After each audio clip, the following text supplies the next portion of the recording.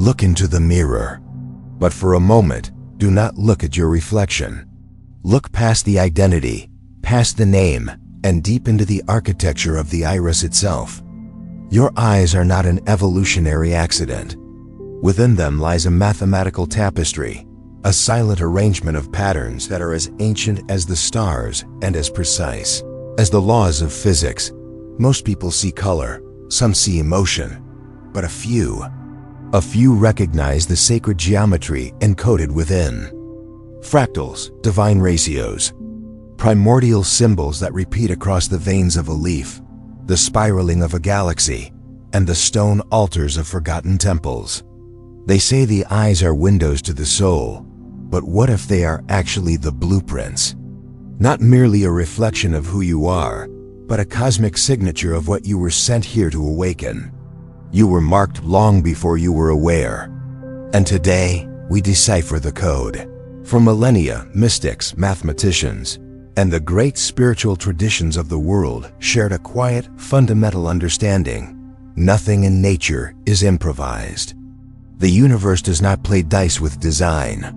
The spiral of the great nebula follows the same equation as the curve of a seashell. The human heartbeat obeys the same laws of proportion found in the Parthenon. Nature is a language of geometry, and the most intimate place this language is spoken is within the human eye. The eye is more than a biological tool for sight. It is a symbolic structure where perception meets purpose. It is the bridge where the internal landscape of the soul touches the external reality of the universe. Your eyes do not just observe reality. They reflect the specific frequency through which you are destined to engage with it. When we observe the iris under high magnification, we do not find disorder. We find a complexity governed by recursive iteration fractals, patterns within patterns. This is the same design language found in the branching of ancient trees and the jagged veins of lightning. Spiritually, fractal geometry tells a story of evolutionary growth. If your life has felt cyclical, if you find the same themes, the same challenges, and the same awakenings returning to you in different forms, this is not stagnation. You are a fractal soul. You do not learn in a straight line. You spiral deeper. Each repetition is not a mistake, but an opportunity to gain nuance, depth, and a higher level of awareness. You are not late to your purpose. You are being thorough, ensuring that every layer of your being is fully integrated before the next expansion. Within the structural alignment of the eye, we find the phi ratio, the golden mean revered in classical architecture and sacred art. This is the geometry of harmony. However, carrying this proportion does not guarantee a life of ease. On the contrary, souls aligned with this divine ratio often grow up surrounded by profound imbalance, environmental, emotional, or relational chaos. You were placed in dissonance not to be broken by it, but so that you would instinctively learn what true alignment feels like when it finally arrives.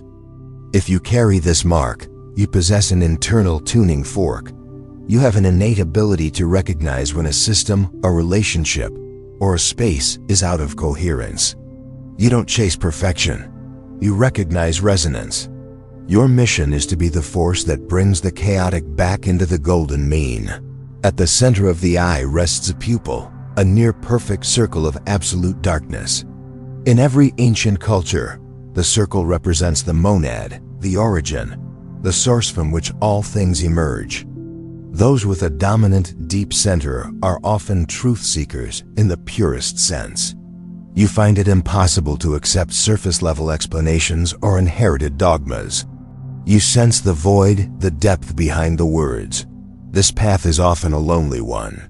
While the world moves sideways, distracted by the horizontal noise of society, you move inward toward the vertical truth of the center. You are not disconnected from the world. You are oriented toward the origin. You understand that before anything can be seen, there must be a point of stillness from which to look. Some irises display distinct radial lines stretching outward from the pupil, like sunrays or spokes on a wheel. In esoteric iridology, these are seen as karmic pathways. These souls do not learn through quiet contemplation alone. They learn through immersion.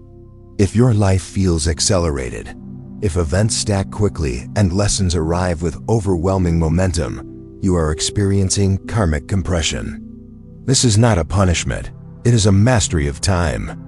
What takes other souls multiple incarnations to process, you are condensing into a single lifetime. You are here to engage, to move directly into the intensity of human experience, and to transmute that friction into wisdom through the sheer force of your journey. Many eyes reveal a sophisticated blend of light and shadow, clear crystalline zones, bordered by darker, deeper depths. Spiritually, this geometry represents integration. You are an alchemical soul, carrying opposing forces that constantly seek equilibrium, logic and intuition, strength and sensitivity. For much of your life, this feels like an internal contradiction, as if you are being pulled in two directions at once. But this tension is the forge of your character. Your purpose is not to choose a side, but to hold the whole. You are here to prove that light and shadow are not enemies, but two ends of the same divine spectrum. By mastering your own duality, you become a bridge for others who are still lost in the conflict of their own shadows. There is a phenomenon where, as a person's consciousness expands, their perception of the world undergoes a radical shift. They begin to notice synchronicities they once ignored. Connections that were once invisible suddenly become self-evident. This is the observer's awakening. It is the moment you realize the geometry was always there, waiting for your attention to become sharp enough to perceive it. The eyes do not awaken the soul. The soul awakens the eyes. When you stop looking at the world as a collection of random objects and start seeing it as a web of mathematical intention, your reality changes. You move from being a victim of circumstance to being a co-architect of your destiny. The patterns in your eyes are the interface through which this new reality is coded. Here is the final, most profound truth. A blueprint is not a command. Your eyes do not dictate your future. They suggest your orientation. They reveal your capacities, your sensitivities, and your unique frequency of awareness. They do not crown you as chosen to make you superior. They remind you that you arrived here with intention. And intention requires active participation. A map, no matter how sacred its geometry, only matters if you have the courage to walk the terrain. You were marked by the divine, yes, but that mark is an invitation, not a destination. You are the one who must pick up the pen and complete the design. So the next time you find yourself before a mirror, look deeper. Don't ask what color your eyes are. Ask what patterns you have been repeating. Ask what lessons are nearing completion. Ask what geometry is waiting to be understood. Because the eyes do not reveal the soul to everyone. They only reveal it to those who are finally willing to truly see.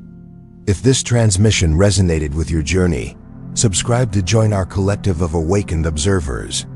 And tell us in the comments, which of these patterns do you recognize in your own reflection? The conversation has only just begun.